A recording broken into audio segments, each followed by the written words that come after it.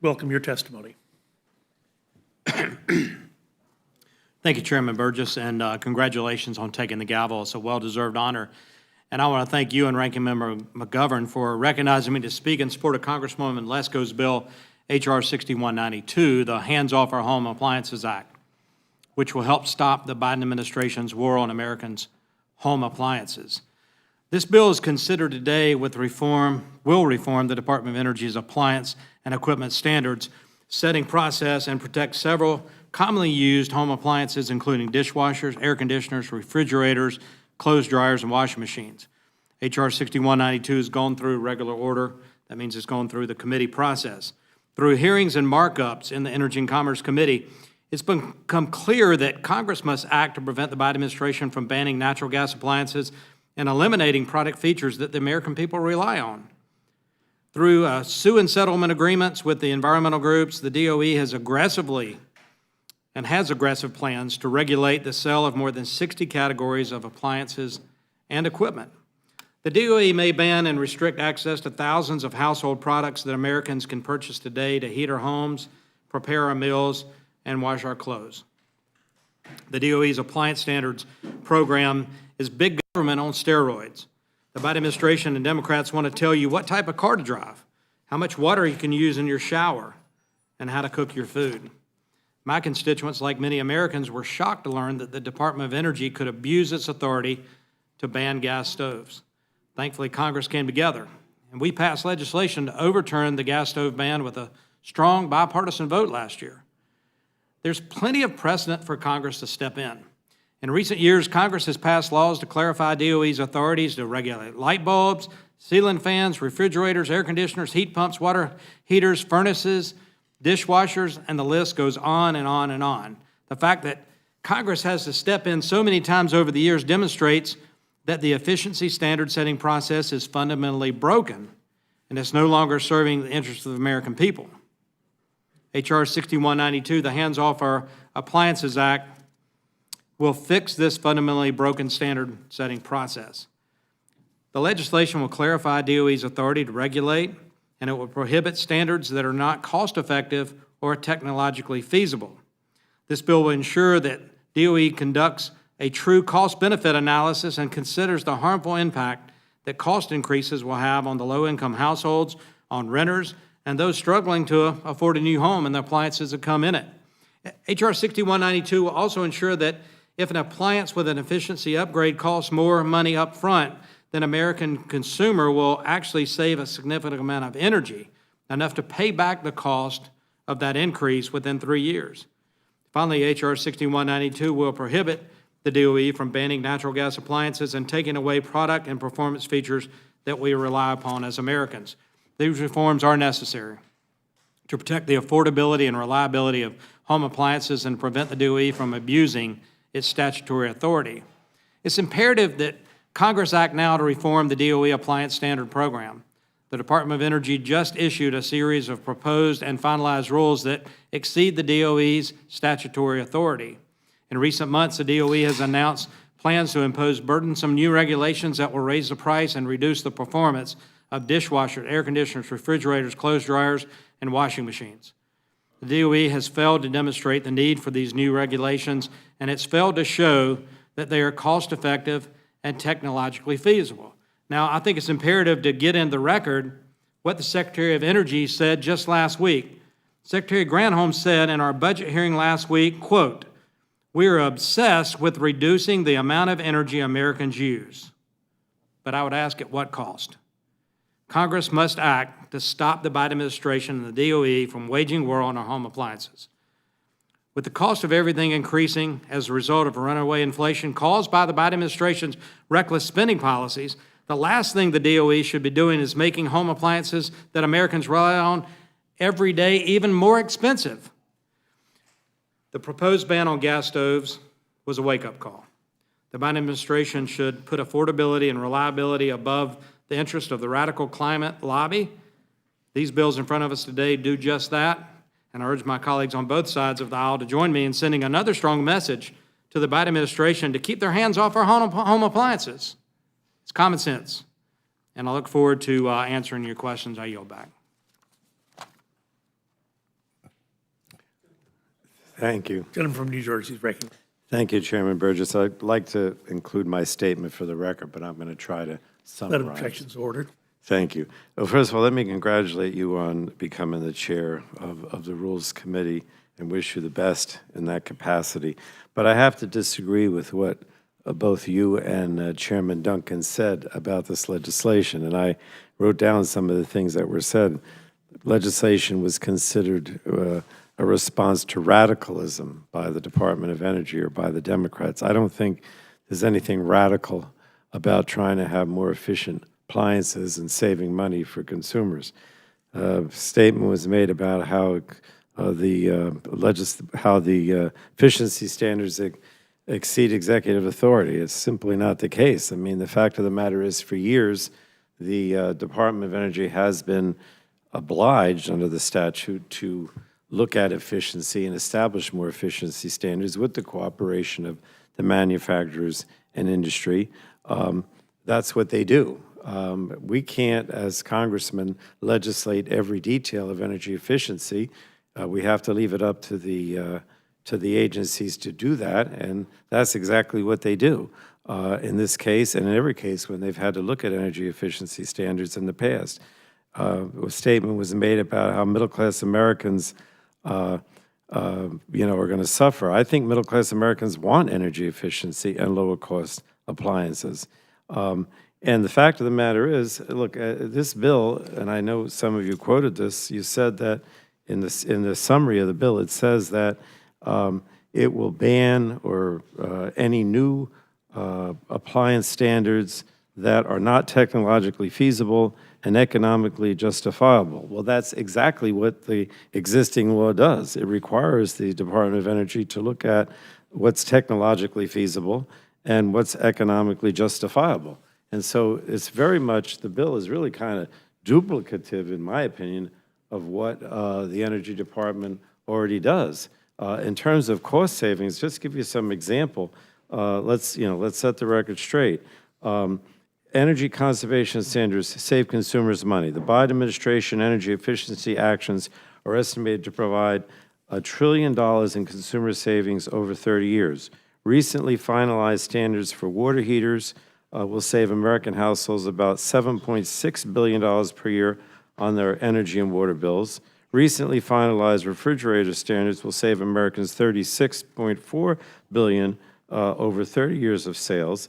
And then there's an $18 billion savings through the clothes washer standard and a $21 billion savings from clothes dryers. These are real numbers. These are the numbers that when the department is trying to decide what to do, they look at and come to that conclusion. It's real money that saves Americans in their wallets. And there's again, as Chairman Duncan said, that he wants to include with this bill a cost-benefit analysis. That's exactly what the department does now. They do a cost-benefit analysis of what's going to be saved, of upfront, long-term performance features are an important part of this. Everything that I hear my colleagues saying, both Chairman Burgess and Chairman Duncan, are exactly what's done. To suggest that somehow this isn't saving money or not making the appliances more efficient or making them less perform worse, none of these things are accurate. And I mean, I guess you could say whatever you want, but the bottom line is that this is what the department is required to do. And for us to substitute as members of Congress and say that's not what they're doing, when they set forth all this in written form and explain all this in their analysis, I just think is wrong. I don't understand how you can make those conclusions based on the facts that are presented by the Department of Energy. I don't think this is the last time we're going to have this debate. As you know, Chairman Burgess, since you're on the Energy and Commerce Committee, we had, I think, 6 bills. One was this one from Congresswoman Lesko that is more general, and then there were 5 for each of the appliances. So I suspect we're going to get, every week or at some point we're going to get, this come back on refrigerators and then dishwashers and then, I just think that we have better things to do here than talk about, the so-called radicalism of of appliance efficiency standards. I don't think there's anything radical at all. I think that what this administration is doing by the book is trying to save money, trying to create more efficiency, better performance, and at the same time try to address the climate crisis by not having more impact on our climate that creates more greenhouse gases and more more extreme weather conditions that certainly are not in the interest of the American people or of anyone. So again, I would just ask that this legislation be rejected. To me, it just makes no sense, and I yield back. Chair, thanks, gentleman. Gentleman yields back. I thank both of you for your participation here today. I guess my only question is, it's almost like you included, Chairman Duncan, a cost-benefit analysis. This thing has to be worth, whatever efficiency measure there is, it has to actually be worth it to the consumer. I mean, that seems like a good common sense restriction to put in legislation like this. Why wouldn't that be okay, Mr. Plone? But my point I'm trying to make is that's already the case, right? And I'm not trying to be difficult, but you act like there's some kind of radical Green Deal initiative here. These efficiency standards and the way they go about deciding them have been around for years. This isn't the first time this has been done. This is nothing new. Reclaim my time, but the problem is if they don't deliver on the promise, then the poor consumer is the one who's stuck with it. I have no other questions. I'm going to yield to the gentlelady from Minnesota. Thank you, Mr. Chair. And I do want to say that I hear from my constituents about gas stoves. They ask me if we are really going to ban their gas stoves, whether it be a restaurant or a lot of the restaurants ask me about it, and private individuals. So it is an issue because I hear about it in my district. But Mr. Duncan, some folks contend that new standards must meet the requirements we impose in this bill already, and they argue that it's all about efficiency. But we still see the standards that would effectively ban gas stoves and other appliances, all at the cost to the taxpayer. And I'm just wondering if you could explain why is that? Why are they still pursuing? Well, President Biden has said it, and Secretary Granholm has confirmed it many times. There's a war on fossil fuels. The administration does not want fossil fuels, so they want to ban all appliances that use fossil fuels, including gas stoves. We've already seen so many other appliances brought up. We've been right here in front of Rules Committee talking about previous bans. Chairman Burgess mentioned cost-benefit analysis. Well, I can do it for you. The appliances will cost more.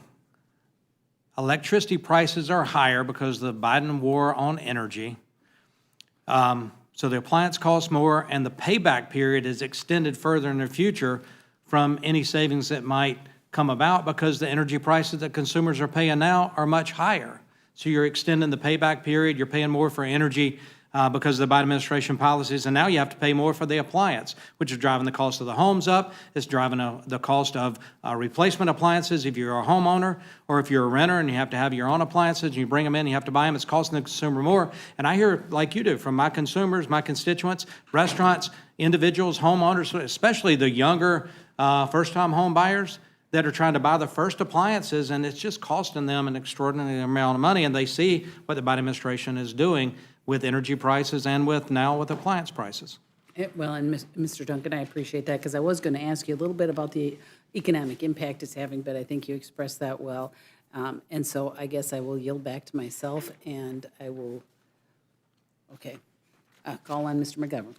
Thank you, Madam Chair. And let me just say, I mean, we're hearing some discussion about Secretary Granholm is obsessed with this and obsessed with that. I think what they're obsessed with is finding ways to save the consumers money and saving them undue costs. That's what this is all about. These efficiency standards that have already been put into place, Mr. Plone pointed out, are going to save consumers billions and billions and billions and billions of dollars in the next several years. So I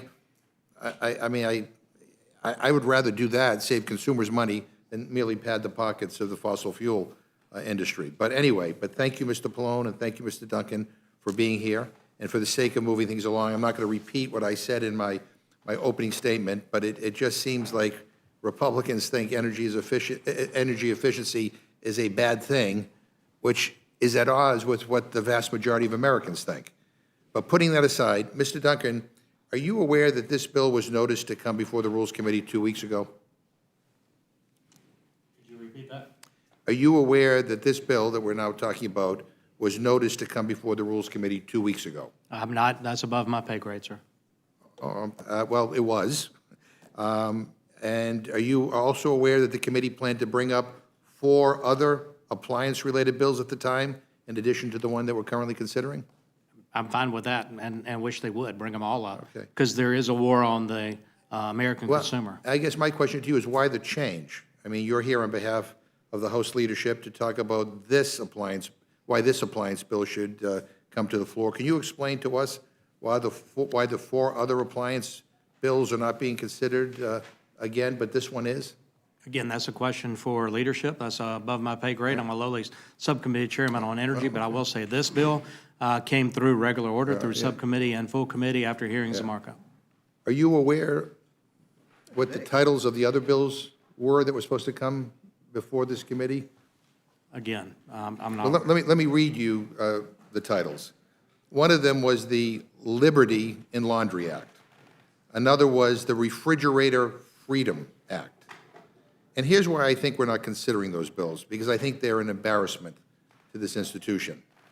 I mean, it seems to me Republican leadership probably realized the irony of bringing up a bill about freedom for refrigerators while simultaneously taking freedom away from millions of women in this country by overturning Roe versus Wade. And maybe they realized it was a bad look to talk about liberty in laundry while simultaneously trying to take away liberty for people who want to use IVF. And I would just say that when we use words like freedom and liberty, this is the United States Congress. These are words that are written into our founding documents, ideas Americans have fought and died for. In Ukraine right now, soldiers and civilians are being killed because they are standing up for these very principles. And when your side throws those words around and talks about refrigerator freedom, it cheapens them. And it degrades those words and it degrades this institution. So I'm glad that Republicans realized how silly and frivolous these bills are and that they pulled them from today's hearing. I'm not sure that they are banned, they will be pulled forever, but I'm going to take that as a semi-positive sign because, I mean, it was laughable, given all that is happening in this country and all that is happening in this world, that the bills that contain the words freedom and liberty are about household appliances. I mean, we have to start getting serious around here about what is important and what is not. And again, bills that are aimed at trying to save consumers money, trying to promote energy efficiency, yes, trying to wean us off of fossil fuels. I mean, I think we can have a debate on that, but to use words like freedom and liberty with regard to refrigerators and wash machines, I just think is an embarrassment. And I don't have any questions. Yeah, I'll yield to Mr. Pallone. Well, let me just say, I totally agree with you. In fact, when I saw those labels for the bills in the committee, I was wondering if maybe, somebody had substituted them for the real thing. I was kind of surprised that the Republicans themselves used those labels for the bills, to be perfectly honest. But I just wanted to say quickly 2 things you raised. One is the whole issue of affordability. And, I really believe that in our committee, we have highlighted affordability, not only for, to make, save costs on appliances, but also on things like the Affordable Connectivity Fund to help people pay for their internet, to subsidize and help people pay for their health care. I mean, the list goes on, and that's been a hallmark, I think, of the Democrats' initiative in our committee. So I appreciate you bringing up the whole issue of affordability, because that's what we're all about as Democrats. And then the last thing I wanted to say is, one of the things that was quite clear when the Secretary of Energy came before us last week, I believe, was that this administration believes in all of the above energy policy, right? Mr. Duncan, Chairman Duncan and Chairman Burgess talked about the war on fossil fuels. More oil, more natural gas is being produced now with this administration than any time before. We just came through this committee to a nuclear package to try to expand the use of nuclear power. Now, not everybody agrees with that. The fact of the matter is we're increasing everything, right? But we also prioritize trying to move towards renewables because we think that we need to move towards renewables because the day of fossil fuels is, at some point, there aren't going to be any fossil fuels around anymore, and they continue to contribute to climate change and increased greenhouse gases. So we want to prioritize renewables. But by no means did the Secretary suggest anything other than an all-of-above policy. So this idea of a war on energy is just nonsense, frankly. So I yield back. No, and I thank you. And again, as I said in my opening statement, energy efficiency is not a bad thing. Saving consumers money is not a bad thing. Only in a Congress that is run by Republicans are those things considered undesirable. And again, I would just end by again repeating that whoever is coming up with your agenda, freedom for refrigerators and liberty and laundry, ought to be reminded that this is the United States Congress. This is not Saturday Night Live. This is supposed to be a serious place, and it's about time we acted like it. With that, I yield back. I would call on Mr. Norman. I'm going to agree with Mr. McGovern, and we seldom agree, Mr. McGovern, but the fact this is silly and the fact that the seriousness, why don't we get serious? This is a silly attempt by the Biden administration to make the American consumer buy something. Jeff said it just right, at what cost? And I sat through a previous, we shouldn't even be having to deal with letting government bureaucrats tell consumers what they want. And the fact that, you mentioned getting serious, what about and you mentioned the deaths in Ukraine, what about the seriousness at the border? What about the deaths of the Americans through fentanyl? What about the crime that's running that this administration is promoting? What about that? And you talk about the Constitution, I think it's we the people decide, not bureaucrats in Washington, D.C. And Jeff, you hit it just right. At what cost? You can make, I was talking to a liberal not long ago, and they wanted to make a car so no one gets killed in it. You can do that at what cost? These electric vehicles are a joke. Roger Williams is burying it. He's literally burying a car because no one wants it. You can try to force government down the throats of the American people. That's why they're sick and tired of this administration doing this. It's an assault on our very freedoms. It is about freedom. And it's being taken from us. And God only help us if we have to stand another 4 years of this insanity. That's what it is. To think, I would have never in my wildest dreams would think the government was, and you, Mr. Malone, you quote trillions of dollars. You let the American people decide, pick what they want. That's freedom. And, the bureaucrats that are saying this is so wise, that's not their expertise. The people want government out of their lives, out of the way, and get back to the basics, which is why his approval, this Biden administration approval numbers have not hit rock bottom yet. They're sick of it. So to even have to deal with this, the Biden administration is making us deal with it, and thank God we're fighting it. I yield to Jeff.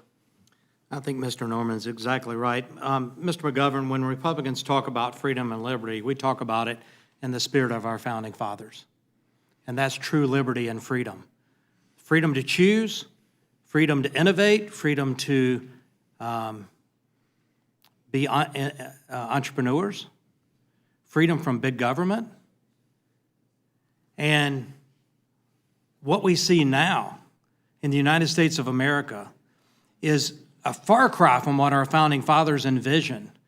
They envisioned a small central federal government handling 17 enumerated powers defined in the Constitution of the United States. We're way beyond 17 enumerated powers in the United States government now. A government which is telling American consumers and manufacturers what they can buy and what they can manufacture. Because Big Brother thinks best. Big Brother knows best. We're from the government and we're here to help. That's not what the Founding Fathers envisioned. They envisioned a very limited federal government. And we have a free market capitalist society. Regardless of what the socialists around this country and around this town want to believe, we still have a free market capitalist society. And innovators and entrepreneurs are building the products that American consumers want, but yet we see a continued push by big government down on the American people, telling them what kind of cars they have to drive, telling them what kind of appliances they can buy, the only appliances they can buy, telling them they can't catch rainwater off their own roof for use in their homes. That's what too much government gets you. We get situations like this where big government has said, you can't have a gas stove. Even though gas is very efficient for cooking, ask every restaurateur out there, they would rather have a gas stove cooking the meals that we eat at those restaurants.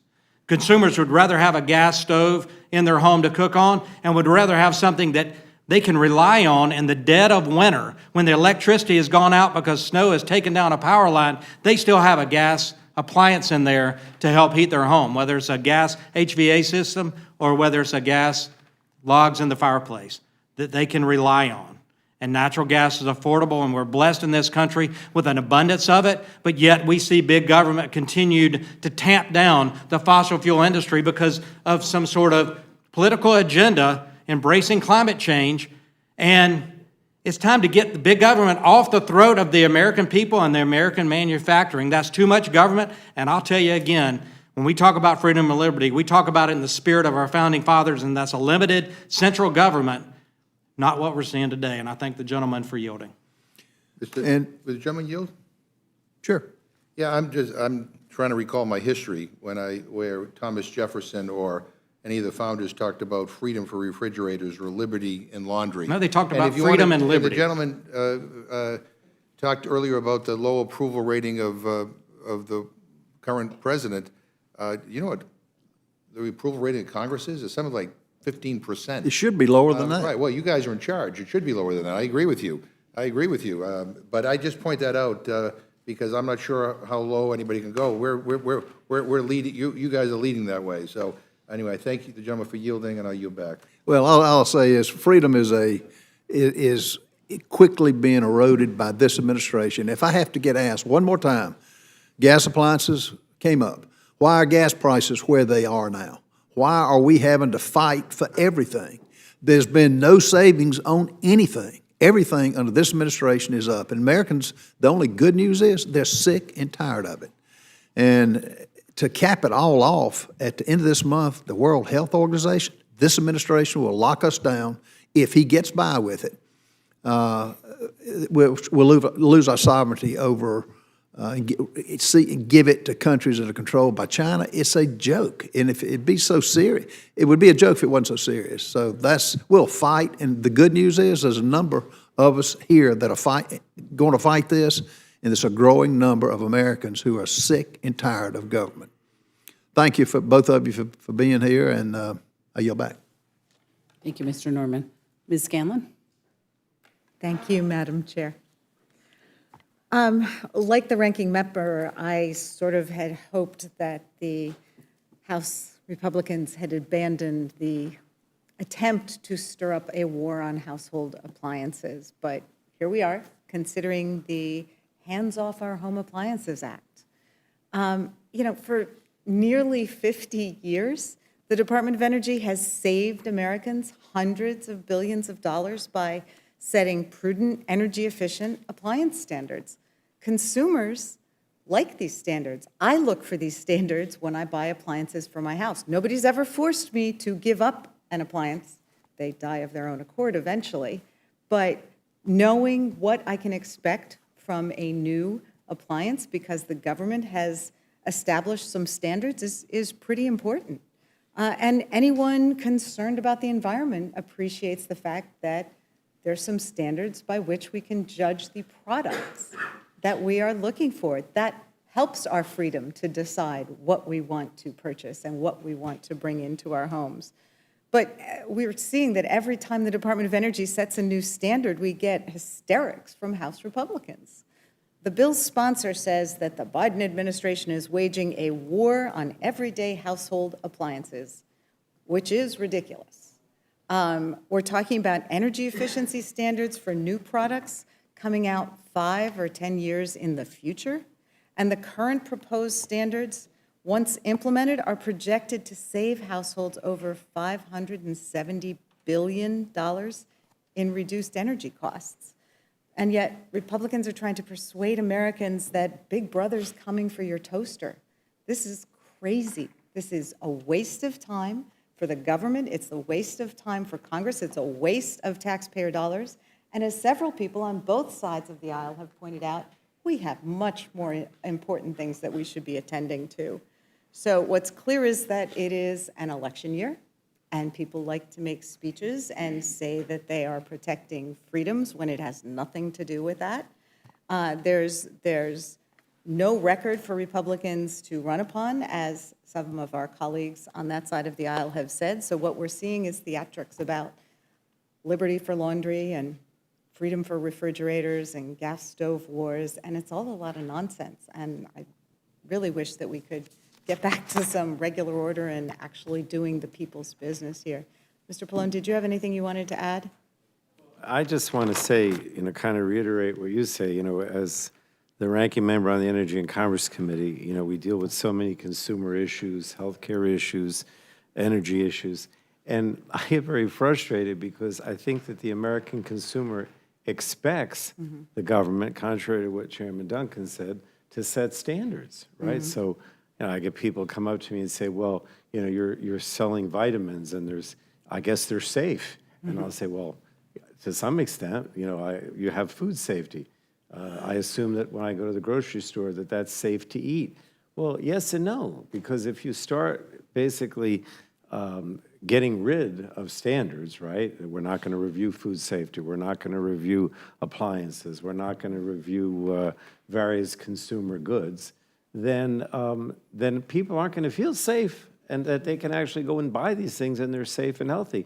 And it's exactly what you said. They think that the standards are being set and this refrigerator is more efficient or this refrigerator or dishwasher is safe to use.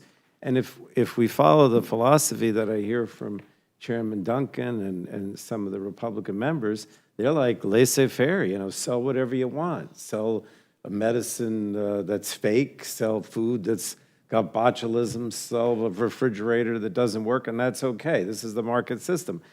I don't know anybody who believes that. I mean, maybe there are some, but I think that the government, that people and consumers expect us to actually regulate things so that they're safe, they're efficient, they save money, and it's almost like they want to step in and say we either shouldn't have that or somehow Congress should decide on the regulation or every detail, which is not possible. So I just appreciate what you're saying.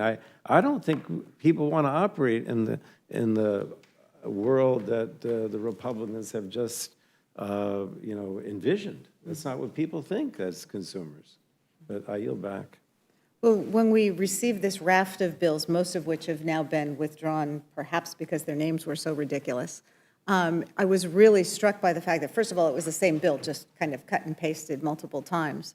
And it emphasized that there should not be an increased cost to consumers to purchase or replace or recycle or do whatever with these appliances. But what was striking was it left out of the calculation the savings that a consumer could get from having this energy-efficient appliance. So it very firmly put its thumb on the scale for taking energy efficiency out of the equation, which, I mean, obviously, as we've all said, has been part of the equation, is certainly part of the equation for many consumers when they consider whether they're buying a new car or a new appliance or whatever, is how efficient it is. How much is it going to cost to run from day to day? And I think that's an important thing that the government can help people understand and decide.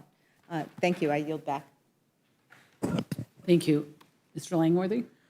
Thank you, Madam Chair. Representative Duncan, there's been no shortage of mockery by our colleagues on the other side of the aisle about the names of bills, but I mean, it's very rich and ironic coming from, people that champion something called the Inflation Reduction Act that did nothing but hypercharge the economy and send inflation through the roof. But, we wouldn't be discussing these if we didn't have to go toe-to-toe with the Biden administration's regulatory onslaught against various appliances, from gas stoves to refrigerators to dishwashers. And these are certainly things that we're hearing from our constituents. Consumer groups have estimated that under the Biden administration's regulatory regime, that American households will be forced to shoulder thousands of dollars in upgrades as the cost of appliances goes up to meet these ever more strident standards. And I don't think that the American people would agree that these are appliances that are lasting longer. They're actually lasting shorter windows of time in households.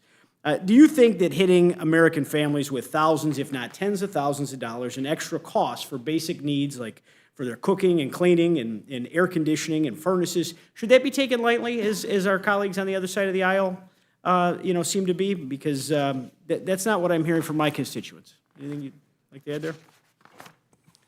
Americans are already paying, as Mr. Norman said, a lot of money under this administration because of inflation.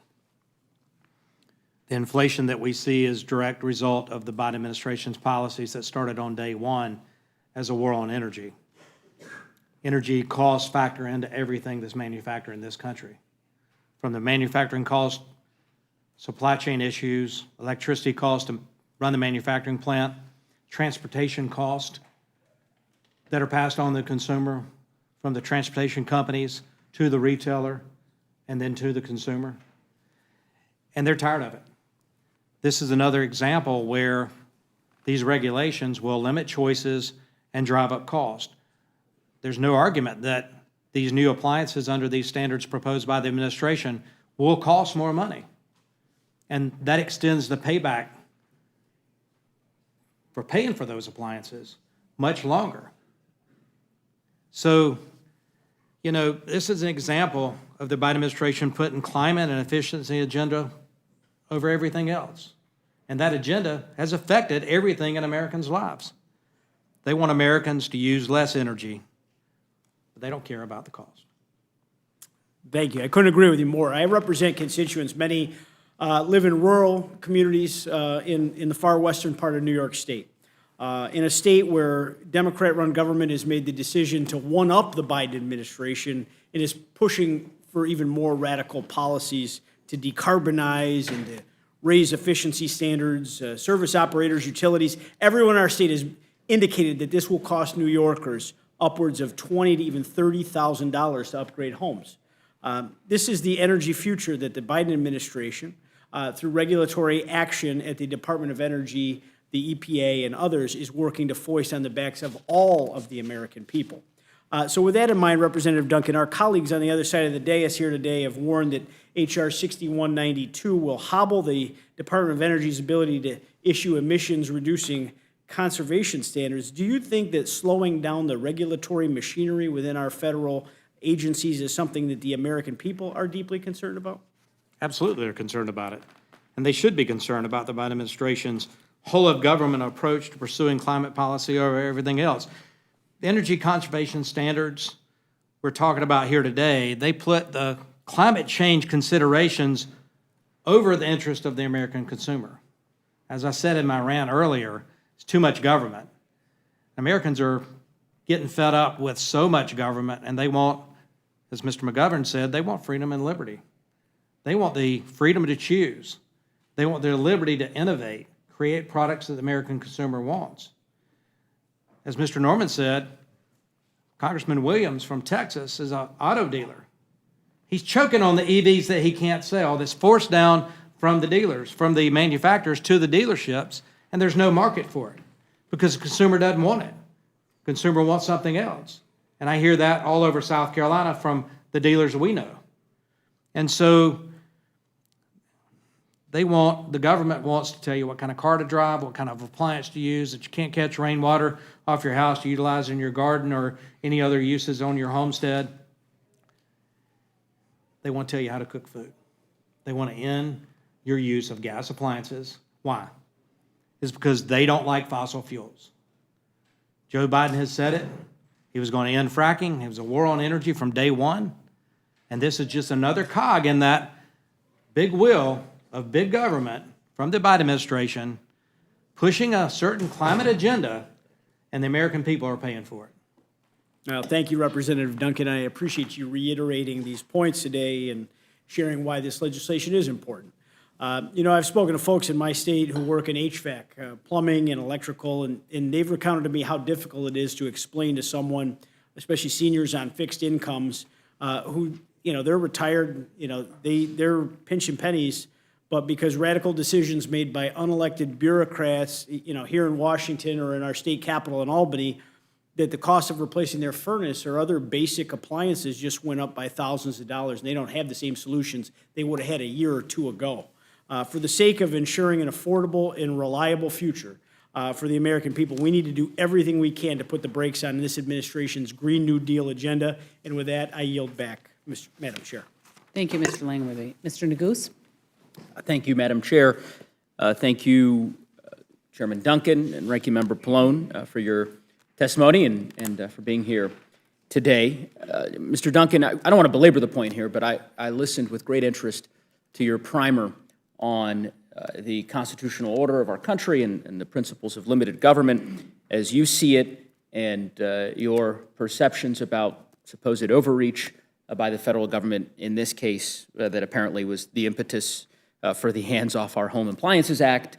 I think House Republicans at least were wise enough to keep the rest of their bills, the Refrigerator Freedom Act and the like, from the floor this week. But nonetheless, I listened to that primer with great interest. Some of the words you used, just in response to my colleague from New York's questions, were too much government, freedom to choose, which of course is, ironic given the position of House Republicans in undermining the right, the freedom to make one's own health reproductive decisions. But I guess what I really would like for you to help expound to me is where you draw the line when it comes to what you describe as too much government. You said there's too much government in selecting one's toaster, I guess, or one's refrigerator, apparently, or one's washer and dryer. You went through this litany of examples. Where do you draw the line? Where do I draw the line on what? Yeah, how do you see, you take issue with the federal government's role, in this case, with respect to the bill that you all have proposed. Where do you draw the line as to how much government is too much government? Well, there's 17 enumerated powers in the United States Constitution, and I think government has well exceeded that. I think a return to a smaller, limited federal government is better. Okay. That's how our founders envisioned this. That's helpful. That's what I was hoping you would say. You believe there's too much government in appliances, or the selection thereof. Do you think there's too much government in baseball? I don't think government has a role in baseball. You don't think government has a role in baseball? That's fascinating. Are you familiar with the Competition in Professional Baseball Act? Well, there's some antitrust laws. No, I didn't ask you that. I asked if you're familiar with that bill. I mean, I hope you'd be familiar with it because it's your bill. I am, yeah. Right? Yeah. You authored the Competition in Professional Baseball Act. That bill does what? It amends the Clayton Act to ultimately eliminate one of the antitrust exemptions that exists for professional baseball. You're familiar with the Clayton Act, yes? I am. And the Clayton Act is designed to do what? Protect consumers, is that right? Is the Clayton Act part of the 17 enumerated powers of the federal government under the Constitution as you see it, that you hold so true and fast to? Probably. Probably? Okay, so looks like we found an exception. Maybe we can go down the list of some others. You see my point, Mr. Duncan. I said it was too much government. Oh, yeah, I understand, but apparently too much government in the case of the bill that you proposed, but not too much government in the case of professional baseball, where apparently you've introduced a bill, or at least you introduced a bill. Trying to roll back Hold on, some of Mr. government. Duncan, I'll finish Just my like this is statement, trying. and I'll give you an opportunity to respond, in which you introduced a bill in the last Congress to give the FTC more powers so that it could regulate professional baseball. So you could imagine, I think, my surprise, and I suspect for those who are watching, their surprise to hear you defend liberty for refrigerators, but then demand that the federal government intervene in the regulation of professional baseball. I find that a bit disconnected from the philosophy that you've articulated. But I'm happy to. Well, there's already antitrust laws out there that baseball has to operate under. And trying to roll back some of that is lessening government's involvement. Yeah, again, that's not the nature of your bill. The bill provides for an amendment of the laws already exist. Let me finish my statement here. The Clayton Act, which, as you know, is over 100 years old, does not include baseball, and the courts, going back a generation, have ruled that professional baseball is not subject to the antitrust laws of the United States of America. You, sir, have introduced a bill to mandate that professional baseball be subject to the antitrust laws of the United States and to give the Federal Trade Commission the powers to regulate it thereof. You shouldn't be embarrassed by it. That's your position. I'm So not, my because there point- were antitrust violations. And so the antitrust laws, I didn't write. The I hear you. antitrust laws were on the books. And apparently you believe And that baseball was it's in given the an exemption. interest of the American public for the federal government to have a role to protecting consumers, which you've spent the better part of the last half hour Well, attacking that very view. Antitrust laws fall So- under commerce, which the federal government enumerated powers to Sure, regulate. sure. Well, you have a broader view of the Commerce Clause than certainly than apparently the framers that you were describing previously. But to the extent that you care to jump in, Ranking Member Pallone, about the regulation of professional baseball, you're welcome to. But Talk about baseball, but I just think, look, this kind of goes back to what Congresswoman Scanlon said, right? The public assumes that the government has a role in protecting consumers, right? Whether it's baseball, it's food safety, it's appliances, whatever. And so I think that to suggest that there's some kind of ideological view that says that the government shouldn't play that role is not the case. That's what the public assumes. And they'd be shocked to hear, I think, some of the statements here today suggesting that, you know, we just have this market economy where anything goes and the federal government shouldn't step in and regulate things. That's not what I hear from my constituents. They want us to regulate problems if there's, I don't know what there is, but let's assume there's some kind of shady dealings in baseball. They want to make sure that when they go to the game, there's fair play. Same thing with food safety, same thing with appliances. They rely on us to help them as consumers, and to suggest that that somehow is not what the framers intended, I don't agree. couldn't say better than the ranking member, and couldn't agree with you more. I yield back, Mr. Chairman.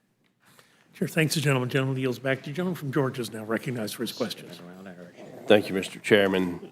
I would just point out that I think those who talk about the cost savings, they're not factoring in the increased cost of the appliance. And I can tell you, as somebody who's been shopping for an ice maker over the last several weeks, it costs today about twice what it did just 5 years ago to buy one. And one of the issues for the American consumer today is a lot of the newer appliances can't be serviced the way the old appliances could be. And so I can tell you, I don't get rid of my old appliances. I've got a freezer that's 15 years old, and I'll repair it until it rusts all the way out, because you can't repair a lot of the new appliances at a reasonable cost. So I'm not going to belabor this point. I'm going to mention this to you, Mr. Pallone, because I want you to know why many of us who are conservationists, don't trust what comes out of the far left in Washington, D.C. In my home state, they're cutting down thousands of acres of forest land. Thousands of acres of forest land. That land was sold for significantly more than it was actually worth because of the tax subsidies to put solar panels in. Now, there's no way that a fact-based, decision-making environmentalist would suggest that it's in the best interest of the environment to cut down the forest lands of this country to put up solar panels. It's just not. And so that's why we don't trust what comes out of liberal administrations. And that's just an example. It's not your fault. I mean, but I'm just, I don't understand why the Biden administration can't just leave us alone. I really don't. And with that, I yield, Mr. Chairman.